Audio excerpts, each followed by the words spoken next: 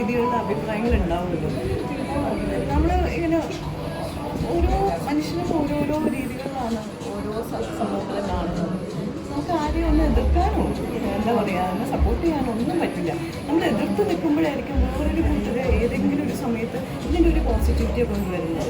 അതേസമയം നമ്മൾ ഇതിനെ പോസിറ്റീവായിട്ട് പറഞ്ഞു കഴിഞ്ഞാൽ വേറെ ഒരുപാട് കൂട്ടർ ഇത് ഇങ്ങനെയാണോ ഇതിനെങ്ങനെ സപ്പോർട്ട് ചെയ്യുന്നുണ്ടോ എന്നൊക്കെ ചോദിക്കും. ഓരോരുത്തർക്കും ഓരോരോ രീതികളാണ്. ഞാനൊന്നും അഭിപ്രായം പറയുന്നു. പിന്നെ വിവാദമായിട്ട് ഉണ്ടാക്കാനായിട്ട് എല്ലാവരുടെ ആവശ്യമില്ലാത്ത വിവാദങ്ങളിലേക്ക് പോകുന്നത് ചിലപ്പോൾ പറഞ്ഞത് വേറൊരു അർത്ഥത്തിലായിരിക്കാം, നമ്മൾ അതിനെ ഗ്രഹിക്കുന്നത് വേറൊരു അർത്ഥത്തിലായിരിക്കാം.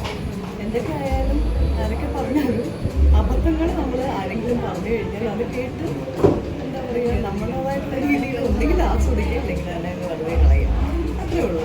എനിക്ക് അതിനെക്കുറിച്ച് ഒരു പർട്ടിക്കുലർ ഒരു സംഭവം പറയാനും ഇല്ല. കാരണം ഫോൺ തുറക്കുമ്പോൾ കംപ്ലീറ്റ് ആൾക്കാർ അതിനെ ഒപ്പോസ് ചെയ്ത് പറയുന്നുണ്ട്.